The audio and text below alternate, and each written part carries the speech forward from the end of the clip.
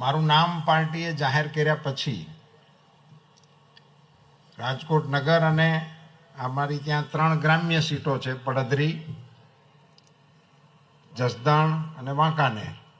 એ વિસ્તારમાં બોગરા સાહેબ અને આપણા ત્યાંના આગેવાનો પાર્ટીના મને લઈને જાય અને બધે દેખાડે કે આ મૃત્યુ છે. ઝોનનો કાર્યક્રમ હાલતો હોય ને એવા કાર્યક્રમો કર્યા. એવું અહીંયા સુરતમાં મને દેખાડવા લઈએ. સુરતમાં સભાઓમાં મારું આવવું એ કોઈ નવો વિષય છે નહીં. અહીંયા જેટલા બેઠા છે એના બધાયના કાર્યક્રમો કરવા માટે હું અહીંયા આવ્યો હોઉં. પણ મુશ્કેલી મારી એટલી ખાલી છે કે એ વખતે હું અણવર તરીકે આવતો હતો.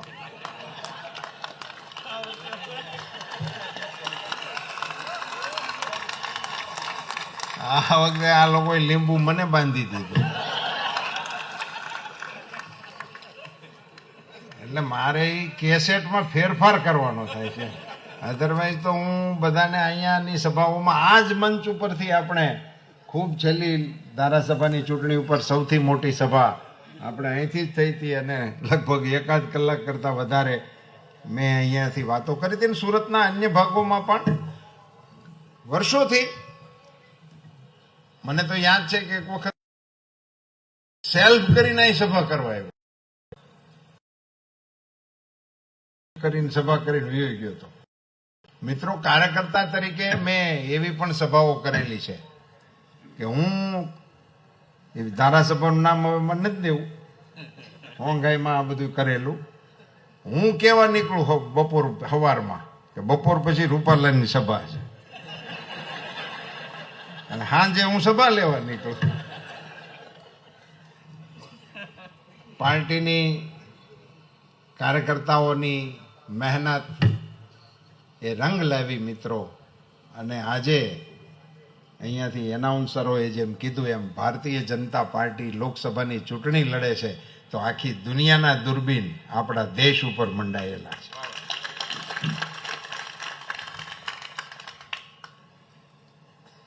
અહીંયા મારું સ્વાગત થયું. આપણા રાજકોટ લોકસભા વિસ્તારના આગેવાનોએ, ભાઈઓએ, બહેનોએ મળીને સ્વાગત કર્યું. જુદા જુદા સમાજની માતા બહેનોએ મારા દુખણા લીધા.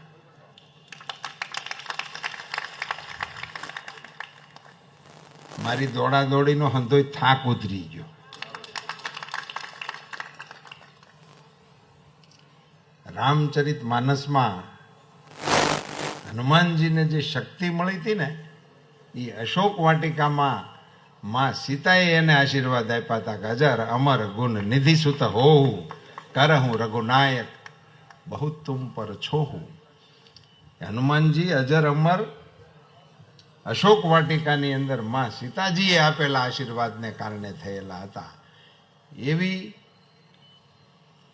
સુંદર મજાની આશીષ મને આ સભાની અંદર અમારી માતાઓ આપી. એ બધાને હું વંદન કરું છું. ધન્યવાદ.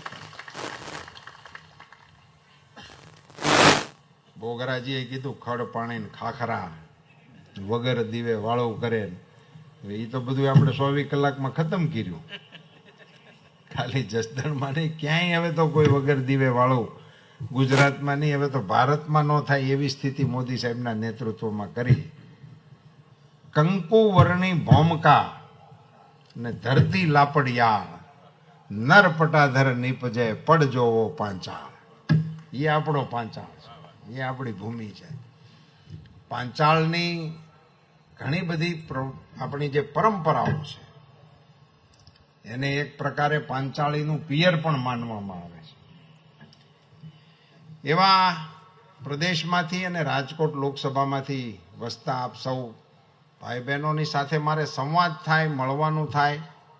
અને હું આમ જનરલ ટોનમાં બધાને ઓળખતો હોઉં, પણ હવે મને એમ ખબર પડે કે આ રાજકોટ લોકસભાવાળા છે એટલા પૂરતું આ કાર્યક્રમનું મને માધ્યમ હતું. એટલે એમાંથી હવે આપણને ખ્યાલ આવે કે આપણા લોકસભા વિસ્તારના કાર્યકર્તાઓ છે. અન્યથા હું ગોવિંદભાઈ કબાટવાળાને ત્યાંથી કેટલાય વર્ષ પહેલાં મળ્યો. પણ હવે એ મને ખબર પડી કે મારી લોકસભા વિસ્તારના કાર્યકર્તા છે. આ બધા વિષયો તો મિત્રો ચૂંટણીઓના અહીંયા સુરતના નાગરિકોને રાજકોટમાં મને મદદ કરવા માટે આવવાનું અને મતદાન કરવા માટે પોતપોતાના સગા સંબંધીઓને કહેવાનું એક વ્યવહારિક રીતે એક ફોર્માલિટી કહેવાય. મને ઘણા પૂછે કે એવું બધું તમારે શું જરૂર પડી એમ, અટાણે તમે નીકળ્યા. પણ એને એ ખબર નથી કે આપણા વ્યવહાર જ એવા છે. આપણે ઘેરે લગ્ન હોય તો આપણી બેનને નો કંકોત્રી લિખિત ન હાલે, એને નો ખબર પડે ભાઈને વિવાહ છે વિયું જવાય. પણ એને કંકોત્રી લખવાનું તો ઘેરે જ તેડવા જવા પડે. જેટલા નજીકના હોય એને આપણે કંકોત્રીઓ પોગાડવી પડે, એને તાણ કરવા જવું પડે. એ આપણા વ્યવહારિક વિષયો છે એમ. એટલે આ વખતે હું આમાં ઉમેદવાર છું એટલે હું તાણ કરવા આવ્યો છું. હું કામ આવ્યા છે એવું કઈ ન હોય, આ બધી વ્યવહારિક વાત છે.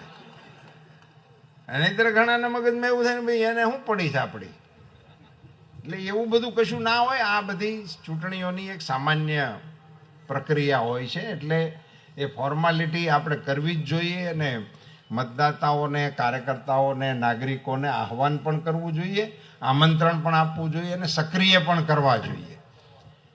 અને આની બહુ હવે આવશ્યકતા છે મિત્રો. એટલા માટે અહીંયાથી બોગરા સાહેબને ટાઈમ નહોતો આપ્યો અને દર્શનાબેનને ખબર હતી કે મારે બોલવાનું છે. એટલે એ બે કેટલીક વાતો કરીને કેટલીક પછી મારી હાટું બાકી રાખી હોય. પછી એમ બોલ જાઉં તો આવડો શું બોલશે. એટલે તમને બધાને ખ્યાલ હોય ને કે અમે ભાષણ કરવા ઊભા થાય ને બીજાને ન બોલવા દઈએ એનું ખાસ કારણ આ. નહીંતર એ બધું બોલી જાય પછી અમે શું બોલી. પણ એણે કેટલીક વાતો તરફ ઈશારા જરૂર કર્યા. પણ એવી વિકાસની જે નાની નાની વાતો હતી એ મારે આજે તમારી સાથે શેર નથી કરવી, પણ તમારા મતની તાકાત શું છે એની ઉપર મારે આપ સૌનું ધ્યાન કેન્દ્રિત કરવું છે. અને દેશની અંદર આ મતદાનના કારણે શું શું ફેરફારો થયા એ દિશા ઉપર મારે અંગુલી નિર્દેશ કરવાનો પ્રયાસ કરવો છે. મિત્રો, આપ સૌએ મતદાન શરૂ કર્યું ભારતીય જનતા પાર્ટીને આપવાનું. હું એના પ્રારંભિક દિવસોનો સાક્ષી છું. સુરતમાં ભારતીય જનતા પાર્ટીની કોર્પોરેશન આપણે જીતતા હોય, ધારાસભ્ય આપણે જીતતા હોય અને સુરતમાંથી આખા સૌરાષ્ટ્રની અંદર ભારતીય જનતા પાર્ટીને ટેકો આપવા માટે ગાડીઓ લઈને કાર્યકર્તાઓ નીકળતા હોય, આર્થિક મદદ કરવા માટે આવતા હોય. આ બધું એનું એ બધી પ્રારંભિક કાળથી હું તો આ બધી ગતિવિધિઓ સાથે સંકળાયેલો છું. પણ એને કારણે ધીમે ધીમે ગુજરાતની અંદર અને પછી દેશની અંદર કેવા બદલાવો આવ્યા. આજે બોગરા સાહેબની હોસ્પિટલની આપણે વિડીયો જોઈને એક માળી કહેતા હતા કે મારા ખિસ્સામાં કંઈ પૈસા નહોતા અને આ હોસ્પિટલ વાળાનું સારું થાય જો કે એણે મારા દીકરાની સારવાર કરી દીધી. કેટલો સંવેદનશીલ મુદ્દો છે. કેવો એને કેવું ફિલિંગ થયું હોય. એક હોસ્પિટલના એક ઘટનાથી આવડી મોટી દુઆ જો મળી શકતી હોય તો તમે કલ્પના કરો કે તમારા એક મતથી હિન્દુસ્તાનના 50 કરોડ નાગરિકોને આ સુવિધા આપવાનું કામ થાય. 50 કરોડ નાગરિકોને આ સુવિધા મળે. જે માડી કહેતા હતા ને કે મારી પાસે પૈસા નથી, એવા 50 કરોડ પરિવારને તમારા એક મતને કારણે સુવિધા મળે છે. આપણે ત્યાં કહેવત છે, કબીર કહે કમાલ કો દો બાતા શીખ લે, કર સાહેબ કી બંદગી ભૂખે કો અન્ન દે. પરંપરાઓ છે ને આપણે ત્યાં તો દર 10 કિલોમીટરે હરિહરનો હાથ પડે, નગારે ઘા ઝીકીને આપણી દેહાણ જગ્યાઓ વાળા હાથ કરીને જમાડે. અને તમારી જાણ માટે કહું મિત્રો, આપણે 1 વર્ષ પહેલા આપણા ઘેરે લગ્નના આયોજન કરતા હોય અને કંકોત્રી કેટલી છપાવી એ આપણને ખબર હોય, કુટુંબને ભેગા કરીને લખી હોય એ આપણને ખબર હોય. એટલે કેટલા જણા આવશે એનો પાકો એસ્ટિમેટ આપણી પાસે હોય. અને એમાં આપણા 7-8-10 અગત્યના આગેવાનો કામમાં આપણા ટેકામાં હોય, તોય છેલ્લી પંગતમાં ડાળમાં પાણી નાખવું પડે. આનો અનુભવ છે કે નથી? મોટે ભાગે ત્રીજી હારેસમાં પછી બરફી નો આવે. છેલ્લી પંગત વાળા કે બરફી હતી. આવું આપણે સાંભળ્યું છે, મેં આવું તો સાંભળ્યું છે, એટલે હું તમારી યાર શેર કરું છું. આપણો 1 વર્ષ જે 2 વર્ષ પહેલાથી આપણે આદર્યો હોય તોય એમાં આવું થાય છે એવો આપણો અનુભવ છે ને. તો આપણી દેહાણ જગ્યાઓમાં ટ્રેનું ખાલી થાય, કાંઈ નક્કી ન હોય કેટલા ઉતર્યા, ક્યારે ઉતર્યા. હજી સુધી કોઈએ એવું સાંભળ્યું છે કે તમે અડધી કલાક બેહો, અમે થોડીક રસોઈ કરી લઈ? જ્યારે જાઓ ત્યારે પંગત તૈયાર હોય ને હરિહરના હાથ હાલતા હોય.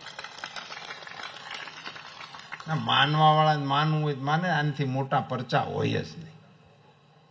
અને ચાલે છે અહીંયા સાહેબ તમારા સુરતની અંદર હમણાં માનવ મંદિર બન્યું. મારે એ કાર્યક્રમમાં જવાનો મને અવસર મળ્યો હતો. સાહેબ પાગલ લોકો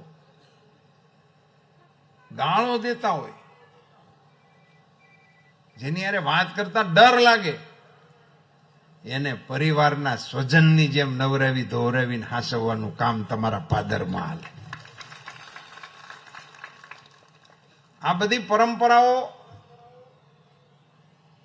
એ આપણા દેશમાં હાલતી હતી, પણ રાજ્ય સરકારો અને ભારત સરકાર એની અંદર જોડાતી જ નહોતી. એને એમ હતું કે હાલતું છે, હાલ્યા રાખે.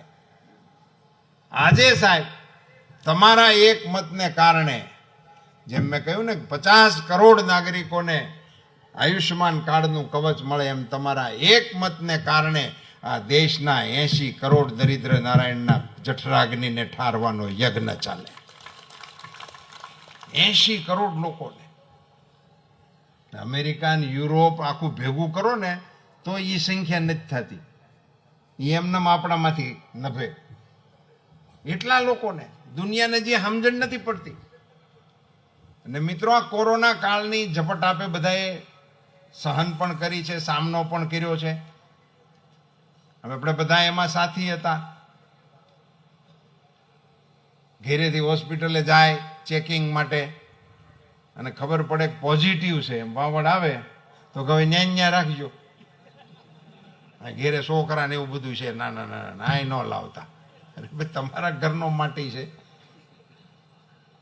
આનો અનુભવ આપણને થયો. ગામડાઓમાં આપણે સુરત મુંબઈથી મહેમાનો આવતા, 20 જણા વાહે ફરતા હોય ચા પાણી પીવા. આપણે ત્યાં આવો ને, પલોટમાં આવો ને, અહીંયા આવો ને, ડોડા શેકીએ ને, ઓળા શેકીએ, બેહવા ન જ દેતા.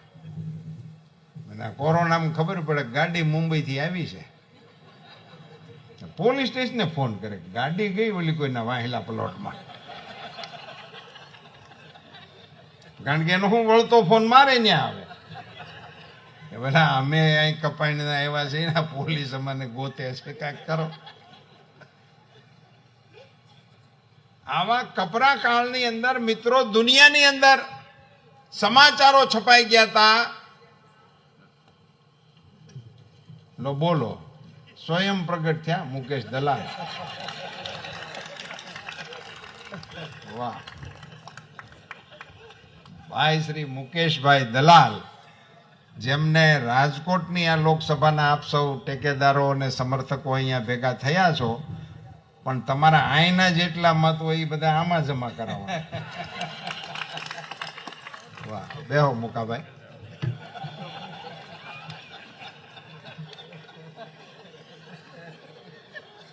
મુકેશભાઈનું આપણી આ રાજકોટ સંસદીય મતક્ષેત્રના કાર્યકર્તાઓની મિટિંગમાં હું રાજકોટના ઉમેદવાર તરીકે સ્વાગત કરું છું.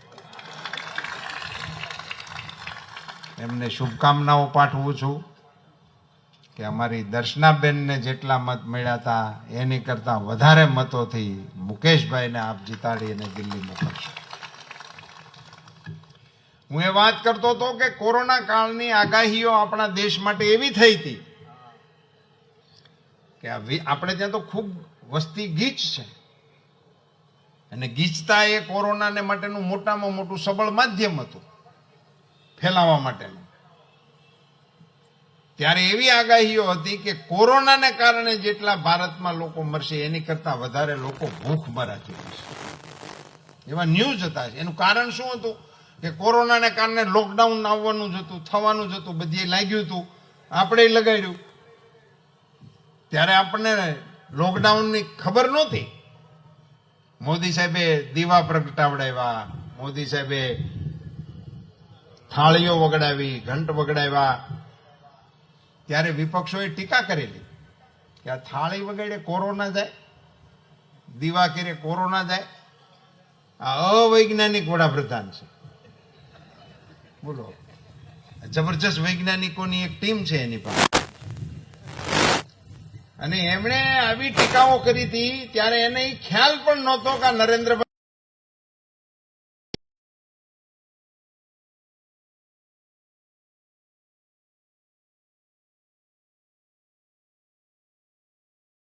હવામાં દીવો થયો અને મહેલની અંદર એ દીવો થયો, બહુમાળીમાં થયો અને સિંગલ બેડરૂમ વાળા મકાનમાં થયો. દેશની તમામ જનતાએ મોદી સાહેબના આહવાનને જયારે ટેકો આપ્યો ત્યારે મોદી સાહેબે પાલન જનતા કરશે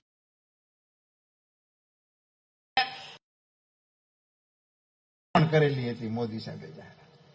અને પછી લોકડાઉન દાખલ કર્યું. મારી જેવાના તો ત્યાં સુધી એવું હતું કે લોકડાઉન સારું, હમણાં કલાકારોને બેહારશું, ડાયરા કરશું. પછી ખબર પડી ખડકીમાં જ નીકળવાનું જ નથી. હાંગાન કે હલવાણા, કઈ પાળા ને કઈ ઘોડા. પછી બધી મુશ્કેલીઓની આપણને અંદાજ આવ્યો. પણ એવા કપરા કાળની અંદર વેક્સિન આ દેશને મળશે કે નહીં એની મોટી ચર્ચાઓ હાલેલી. કયો દેશ આપશે, શું ભાવી આપશે, અને કેટલાક તો રાજ્યો વાળા ઉતાવળા થઈ ગયેલા, અમને છૂટ આપો, અમે મગાવી લઈ અમારા ખર્ચે.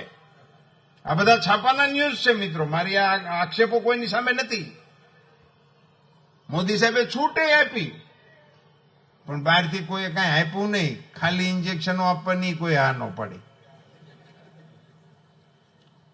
એવા કપરા કાળમાં આપણા વૈજ્ઞાનિકોની પીઠ થાબડી અને એની ઉપર મોદી સાહેબે ભરોસો મૂક્યો. દુનિયાની 4 આંખ્યું કરી દીધી, એકના બદલે 2 વેક્સિન આપણા દેશના વૈજ્ઞાનિકોએ આપણા માટે બનાવી દીધી. મિત્રો, આવી વેક્સિન બનાવી દીધી તો એની પીઠ થાબડવાને બદલે વેક્સિન ઉપર પ્રશ્નો વૈજ્ઞાનિકોએ, જેને મોદી સાહેબને અવૈજ્ઞાનિક કહેતા હતા, એને પ્રશ્નો ઉભા કર્યા કે આ વેક્સિનની વૈધતા શું છે. આ તો ભાજપની વેક્સિન છે. અને અમુક સજ્જનો તો એવું પણ બોલી ગયેલા કે આ વેક્સિન લેહો નપુસંગ થઈ ગયા. અને અત્યારે હવે એવો વિચાર આવે છે કે એના મનમાં આવું કરીને ઈરાદો શું હોય છે. વેક્સિન ન લઈ એવું એના મનમાં આવતું હતું ને, તો આપણે ન લઈ તો પરિણામ શું આવે? પાથરા થઈ જાય, રેશનિંગ કાર્ડમાં નામ નીકળી જાય. તો એને એવો શું ઇન્ટેન્શન હતો કે આ દેશની જનતા મોટા પ્રમાણમાં મૃત્યુ પામે, એવો એનો ઈરાદો શું હતો? ઈરાદો માત્ર એટલો જ હતો કે મોટા પ્રમાણમાં જો માણસોની જાનહાનિ થાય તો નરેન્દ્ર મોદીને બદનામ કરવા માટે એને બળ મળે. આટલા હાટું થઈને આપણું બધું કાઢી નાખવા રેડી હતા. પછી એ તો રેલો એની નીચે ગયો. વેક્સિન ના લઈ તો મોડું થાય, મુશ્કેલી આવે એવું છે. તો હવારમાં જ લાઈનમાં ઉભા રહી ગયા. મને ગયો ને મારા કાકાને ગયો, જોઈન્ટ થઈ ગયા બધા. એ વખતે દુનિયાના દેશોએ મોદી સાહેબને વિનંતી કરી કે સાહેબ, અમારા દેશના નાગરિકોને વેક્સિનની આવશ્યકતા છે ને અમને કોઈ મહાસત્તા હાથ મૂકવા નથી દેતી. અને નરેન્દ્રભાઈ મોદીએ એમને હા પાડી કે અમે આપશું તમને. અમારી તો બહુ મોટી જરૂરિયાત છે, 140 કરોડની જનતાને અમારે પહોંચાડવાનું છે. મોદી સાહેબે એટલે ભાગલા પાડ્યા હતા કે સિનિયર સિટીઝન, આવા લોકો એને પહેલો લોટ, બીજો લોટ, એવી કરીને આપણને વ્યવસ્થિત રીતે બધાને મળી જાય એવું પ્લાનિંગ કરીને આપણી વેક્સિનનું ડ્રાઈવ ચલાવ્યું. પણ એમાંથી આપવાની જ્યારે હા પાડી ત્યારે પાછા આ ટપક્યા. ત્યારે કે ઘરના છોકરા ઘંટી સાટે ને ઉપાધ્યાયને આટો. મોદી સાહેબ દુનિયામાં પોતાનું નામ કરવા હાટું થઈને અહીંયા અમને મળતી નથી અને ન્યા આપે છે.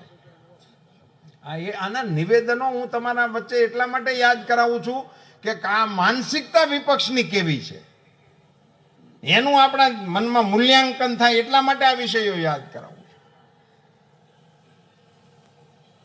નહીં બધું સુપેરે પાર પડી ગયું મિત્રો, પણ બીજા દેશના લોકોને જ્યારે હા પાડી મોદી સાહેબે, પણ લઈ હેમાં જાય એ પછી પ્રશ્ન આવ્યો.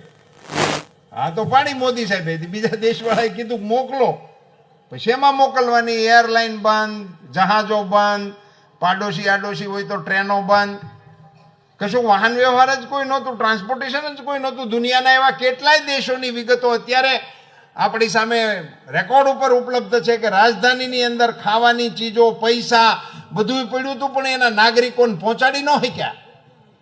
હે નથી પહોંચાડે. તો આ તો દુનિયાના દેશો હતા, નાના નાના દેશો હતા, એને કેવી રીતે પહોંચાડી શકાય? હું આપણી આ જનમેદનીને એર ઇન્ડિયાના પાયલોટો માટે એક વખત તાળી પાડવાનો આગ્રહ કરું છું.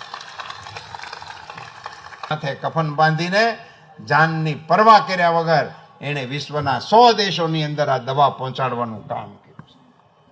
2 કામ એ વખતે એર ઇન્ડિયાએ કર્યા હતા. એક, દવા પહોંચાડવાનું કામ કર્યું, અને આપણા દેશના નાગરિકો જે બહાર ફસાણેલા હતા એ પરિવારોને આપણા દેશની અંદર લાવવાનું કામ કર્યું. એ 2 કામ આપણા દેશના એર ઇન્ડિયાના પાયલોટો. એટલે હું ઘણી વખત હળવી ભાષામાં મારા એને વખાણ કરવાનું મન થાય ત્યારે કહું, એર ઇન્ડિયાનો લોગો છે ને મોટી મોટી મૂછું વાળો હતો, સાફા વાળો એનો લોગો છે. એટલે આપણે વાતચીતમાં બહુ હાલતું, મૂછે લીંબુ લટકે છે. મૂછે કઈ લીંબુ ન લટકે, અને એટલી કડકણીયું હોય તો વાગે. પણ જ્યારે આ એર ઇન્ડિયાએ 100 દેશની અંદર જાનની બાજી લગાવીને દવા પહોંચાડવાનું કામ કર્યું ને, ત્યારે એણે સાબિત કર્યું કે એર ઇન્ડિયાની મૂછે લીંબુ લટકે છે. મિત્રો, આ આપણી સરકારની જે સિદ્ધિઓ છે ને મિત્રો, એ તમે કમળના નિશાન ઉપર બટન દબાવો છો ને એમાંથી નીકળે છે. એટલા માટે આપ સૌના કેવડી કેવડી શક્તિઓ એમાંથી નીકળી છે. તમારા એક બટનથી, જેમ આયુષ્માન કાર્ડના લાખો દર્દીઓને લાભ મળે, તમારા એક બટન દબાવવાથી 80 કરોડ દરિદ્ર નારાયણના પેટની ક્ષુધા શુક્ત થઈ જાય. તમારા એક બટનને કારણે હિન્દુસ્તાનના સૈન્યની અંદર રાફેલ આવે, એ તમારા એક બટનને કારણે આવે છે. મિત્રો, કમળના બટન ઉપર તમે જે મત આપવા માટેની પ્રયાસ કરો છો એમાંથી આ બધું નીકળે છે. નરેન્દ્રભાઈ મોદી સાહેબ વડાપ્રધાન બન્યા અને એમણે કેટલાય એવા નિર્ણયો કર્યા જેને કારણે આજે વિશ્વની અંદર આપણું માથું ઊંચું થઈ ગયું છે. વિશ્વની અંદર આ કાશ્મીરની સમસ્યા, આપણી આંતરિક સુરક્ષા, આપણી સરહદની સુરક્ષા, હાલતા ને ચાલતા કરફ્યુ, આ 20-25 વર્ષની ઉંમરના જે જવાનડા આમાં બેઠા છે ને, એને કરફ્યુ શું છે ખબર નહીં હોય. કારણ કે એમને લાગ્યો જ નહોતો. નકર અમારે તો અમદાવાદમાં આહાડી બીજ આવી નથી, કરફ્યુ વળતેથી લાગ્યો નથી, ઠાકોરજી યાત્રાએ નીકળ્યા નથી, ચરી ચપ્પુ ચાલ્યા નથી, બધું જડબે સલાહ. દેશની અંદર ભારતીય જનતા પાર્ટીના શાસનને કારણે આ બધા બદલાવો આવ્યા છે. મિત્રો, ટ્રેનમાં, હોસ્પિટલમાં, બસ સ્ટેન્ડમાં, મંદિરોમાં બોમ્બ બ્લાસ્ટ. એટલે એમ વાર તહેવારે બધી કોઈ ચીજો નીકળતી હોય એવી રીતે હાલતું હતું. નેતાઓ નિવેદનો કરતા હતા, જે તે વખતના મંત્રીશ્રીઓ, સાખી નહીં લઈએ. ભાઈ જમી લીધું, હું સાખી નહીં લઈએ.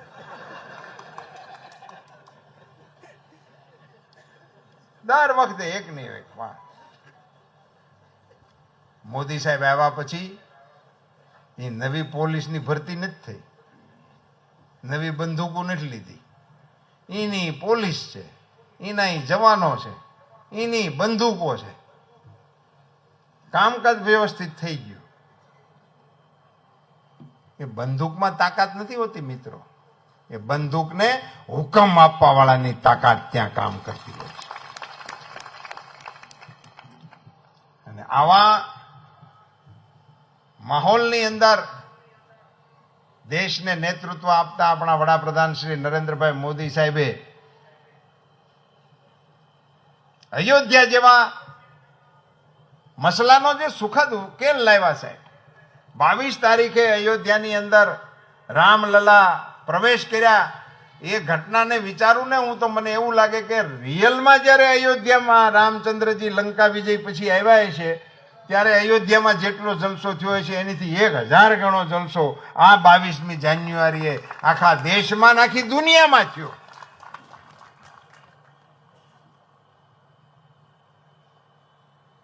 એને કારણે સાહેબ અયોધ્યામાં રામ મંદિરના પ્રાણ પ્રતિષ્ઠાનો કાર્યક્રમ તો થયો. અમારી સામે તો કાયદેસર વિપક્ષ વાળા અમારી ટીકા કરતા હતા મંદિરને લઈ કે આ લોકો ચૂંટણી આવે ત્યારે આ રામજીને લઈને આવે, નારા લગાડતા રામલલા હમ આएंगे મંદિર વહીં બનાएंगे.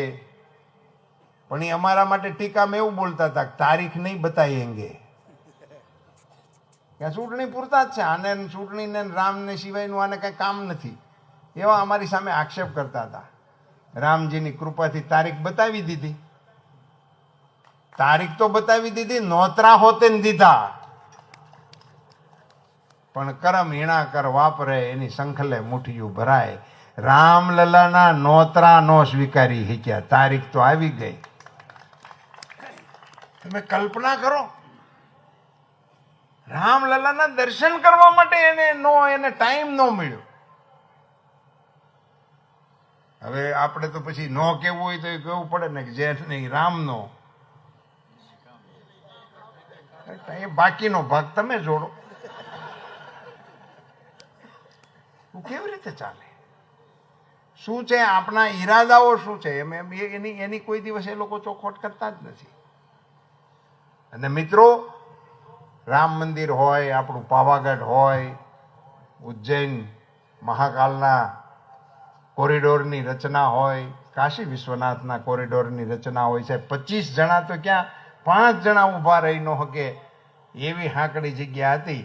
આજે તમે કાશી વિશ્વનાથમાં જાઓ તો માં ગંગાના કિનારાથી ભોળાનાથના મંદિર સુધીનું પટાંગણ એક ભવ્ય દિવ્ય સ્થળની જેવું આપણા દેશની અંદર આઝાદી પછી આવા તીર્થોનો જીર્ણોદ્ધાર એ પહેલી વખત આપણને જોવા મળી રહ્યો છે.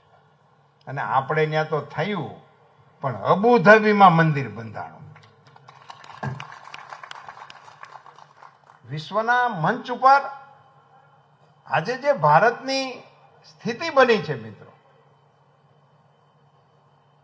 હું સુરતના આપ સૌ નાગરિકોને બડી વિનમ્રતા સાથે કહેવાના મતનો છું મિત્રો.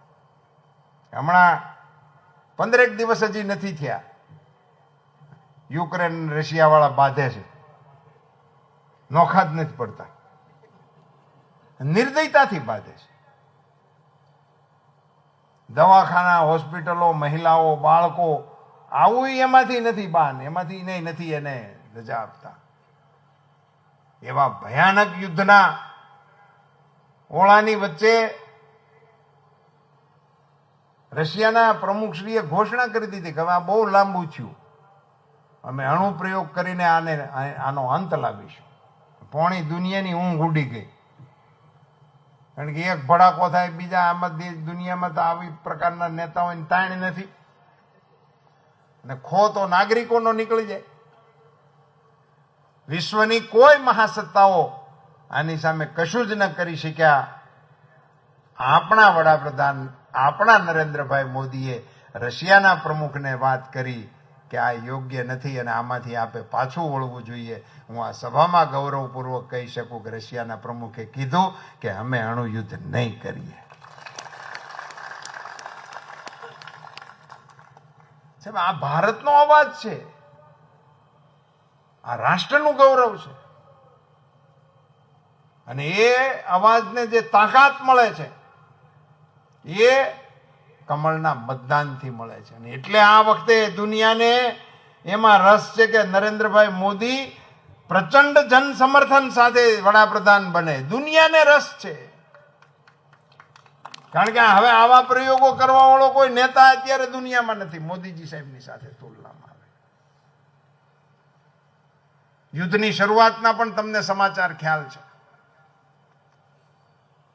22,000 જેટલા દીકરા દીકરીઓ આપણે ત્યાં ફસાઈ ગયેલા હતા.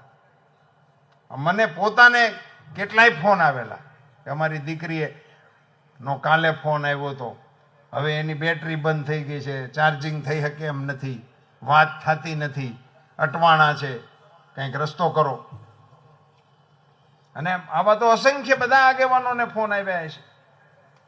અને પ્રધાનમંત્રીશ્રીના ધ્યાને આ વાત ગઈ. સાહેબ 22,000 દીકરા દીકરીઓને સલામતી પૂર્વક ભારતમાં લાવવાનું કામ મોદી સાહેબના નેતૃત્વમાં આવે છે. એ વખતે જ્યાં યુક્રેનથી એ બાળકોને ભેગા કરીને અહીંયા દિલ્હી મુંબઈ ઉતારતા હતા, આપણા એર ઇન્ડિયાના પ્લેનો ચાર્ટર મોકલ્યા હતા. ભારત સરકારના મંત્રીઓને એના સ્વાગત માટે મોકલતા હતા. એમાં દિલ્હી એક એરપ્લેનના સ્વાગત માટે મને જવાનો મોકો મળેલો. તો હું ત્યાં એરપોર્ટ ઉપર વેલકમ ઇન્ડિયા, વેલકમ હોમ એમ એ દીકરા દીકરીઓને એમનું સ્વાગત કરતો હતો. મેં એક દીકરાને પૂછ્યું, મેં કીધું ભલા આ બગડાટીમાંથી તમે નીકળ્યા કેમ? તો મને એણે જે જવાબ આપ્યો, મિત્રો તમારી સાથે કહેતા મને એટલો બધો ગર્વ થાય છે. એણે એમ કીધું કે સાહેબ અમને એવી સૂચના મળી હતી કે તમે ઘેરેથી નીકળો તો હાથમાં તિરંગો લઈને હાલ્યા જાયજો, તમારી ઉપર કોઈ ગોળીબાર નહીં.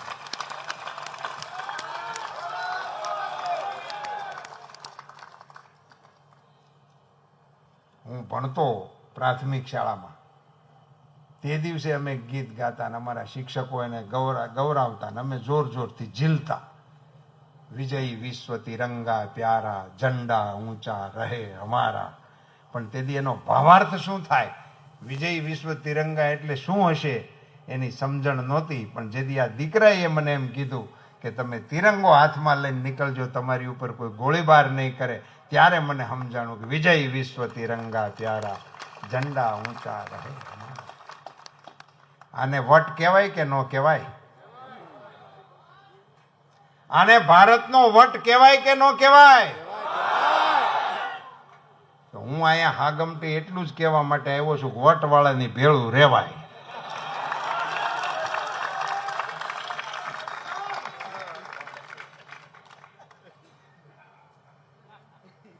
સાહેબ આપણા દેશની અંદર મોદી સાહેબ વડાપ્રધાન બન્યા અને એમણે જ્યારે સરકાર સંભાળી ત્યારે સાહેબ આપણા દેશની જે સ્થિતિ હતી એને થોડીક યાદ કરી લેવા જેવી છે.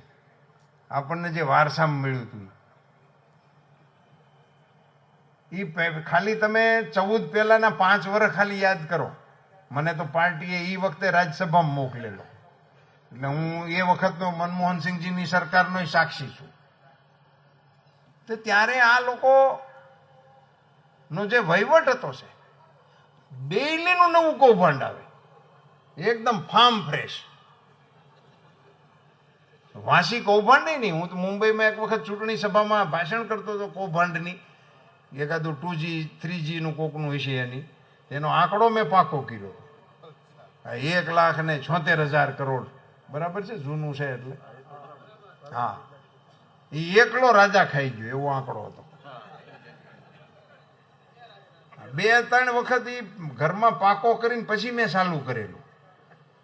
હું આ અમારા ભરતભાઈ જે વિસ્તારનો 4 સંભાળે છે, ડાંગ ને એ વિસ્તારમાં ગયેલો, વલસાડમાં ને એમાં, તો અમારા આદિવાસી આગેવાનોએ કીધું છે ભાઈ 1,76,000 કરોડ તમે બોલો ને, અમારા આદિવાસી ભાઈઓની આંકડામાં અંક ગણિતની દ્રષ્ટિએ નહીં બરાબર સમજાય, એનું બીજું કાંઈક કાઢો. એટલે મેં એનું ગુજરાતી કર્યું. મેં કીધું 500 ડમ્પર ભરીને નોટું લઈ ગયો. એકદમ ઉતરી ગયું, કારણ કે ડમ્પરનું કામ રોજનું એનું. એક ડમ્પરમાં કેટલું લોડિંગ થાય આ તે એનું પાકાપાઈ હિસાબ કરી લીધો. એટલે ત્યાર પછી બધા ડમ્પરના નામે એને શરૂ કર્યું હતું કે આટલા ડમ્પર વાળો આવ્યો છે, આટલા ડમ્પર વાળો. રોજના નવા કૌભાંડ, રોજના. આખો કૌભાંડ કાળ મામા તો મામા ભાણિયા ચાલુ થઈ ગયેલા. આવી સ્થિતિમાંથી સાહેબ 10 વર્ષ નરેન્દ્રભાઈ મોદીના વડાપ્રધાન પદના પૂરા થાય છે. વિપક્ષ વાળા મોદી સાહેબની ટીકા કરે, પણ મોદી સાહેબે રૂપિયો ખાધો છે એમ કહેવાની કોઈની હિંમત ન મળે. અમારે ધીરુભાઈ સરવૈયા કે મોદી સાહેબનું જે બજેટનું કામકાજ છે ને એ અનકોટ જેવું છે. અનકોટમાં એવી સરસ મીઠાઈઓના અંતે બધું ગોઠવેલું હોય કે આપણે પગે લાગતા હોય તો મોઢામાં પાણી આવે કે આ પૂજારી છે ને ઓલું પડીકું આપણને આપે તો મજા આવી જાય. એવું ભગવાનને બદલે આપણા મગજમાં એવા લાડુ ફૂટતા હોય. અનકોટ હોય પણ એને પગે લગાય ખવાય. મોદી સાહેબનું આવું જ છે. દિલ્હીથી રૂપિયો નીકળે તમારા પાદર સુધી એને કોઈ અડી ના શકે. આંખે કરું આંધળો ને ઢીલે કાઢું કોડ, દુનિયા જાણે કે પીર રામદેનો ચોર. એવી સ્થિતિનું વર્ણન વ્યવહારની અંદર ઉતારવા માટેનું કામ મોદી સાહેબે કર્યું. ડીબીટીથી મિત્રો રાજ સરકાર પાસેથી 500 રૂપિયા હકના લેવાના થતા ને તો 2 જોડી સંપલની જરૂર પડતી હતી. નરેન્દ્રભાઈ મોદીએ ડાયરેક્ટ બેનિફિટ યોજનાના આધારે 30 લાખ કરોડ રૂપિયા હિન્દુસ્તાનના નાગરિકોના એકાઉન્ટમાં જમા કરાવી દીધા. 30 લાખ કરોડ. અને એક પણ વ્યક્તિ કોઈ ના કહી શકે કે એમાંથી 1 રૂપિયો કોઈ ઓછો કર્યો લીધો કર્યો. ખેડૂતના ખાતામાં પૈસા આવે, સરપંચના ખાતામાં પૈસા આવે, બહેનોના ખાતામાં પૈસા આવે, વિદ્યાર્થીઓના ખાતામાં પૈસા આવે. ગરીબ દર્દીઓ દવાખાનામાં દાખલ થાય તો દવાખાનાના એકાઉન્ટમાં પૈસા આવે. આપણે કોઈ દિવસ કલ્પના કરી હતી મિત્રો કે દેશમાં કોઈ એવાય વડાપ્રધાન આવશે જે દિલ્હીમાં બેઠા છે ત્યાં બટન દબાવે અને અહીંયા જરૂરતમંદના એકાઉન્ટના ખાતામાં પૈસા આવે. આવડું મોટું પરિવર્તન લાવી અને વિશ્વની અંદર ભારતની પ્રતિષ્ઠા વધારવાનો યજ્ઞ નરેન્દ્રભાઈ મોદી દ્વારા હાલે છે. એમાં એક આહુતિ નાખવાનું આહવાન કરવા માટે હું તમારી વચ્ચે આવ્યો છું. મારી આપ સૌને વિનંતી છે મિત્રો કે 7મી તારીખે એક પણ મત ન પીડ્યો રહેવો જોઈએ.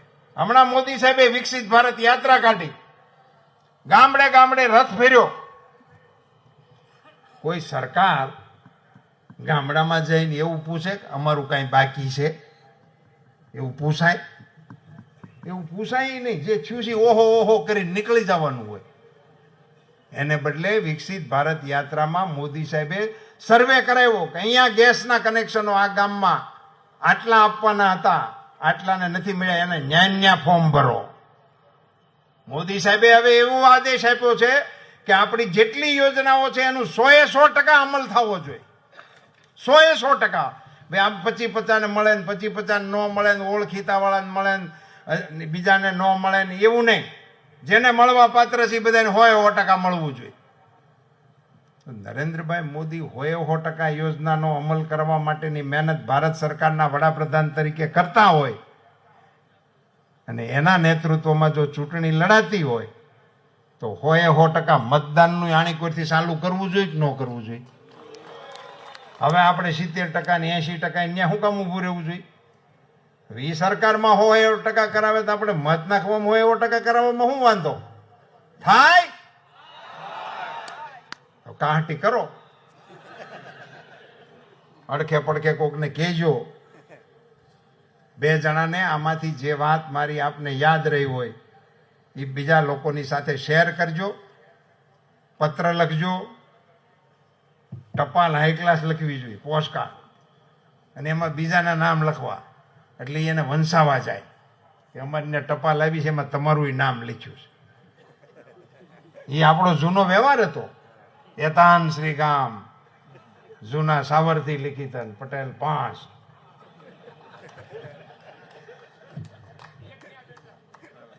આપ સૌને આપને જે આપના માધ્યમથી આપને એમ લાગતું હોય એમ બોગરા સાહેબે કહ્યું એ પ્રમાણે દરરોજ 10 ફોન કરીને અને મને મત આપો એમ કહેવા માટે ઉમેદવાર તરીકે જરૂર આપને વિનંતી કરું. પણ ગુજરાતમાં અને દેશમાં, કારણ કે મને ખબર છે કે તમારા સંબંધો અન્ય પ્રાંતના લોકો સાથે પણ અહીંયા ઘણા બધા છે, અન્ય પ્રાંતમાં પણ તમારા વ્યાવસાયિક સંબંધો છે. એટલે આખા એ દેશમાં કમળની ઉપર મતદાન થાય એને માટેના પ્રયાસો આપ સૌ સાથે મળીને કરો એવી વિનંતી સાથે આપ સૌનો ખૂબ ખૂબ આભાર. ફરીથી રાજકોટ લોકસભાના અહીંના અમારા આગેવાનોએ આવી સુંદર આયોજન કરી અને આપ સૌને બે વાત કહેવાનો મને અવસર આપ્યો એટલે માટે એ બધાનો પણ આભાર માનું છું. ધન્યવાદ. ભારત માતા કી જય.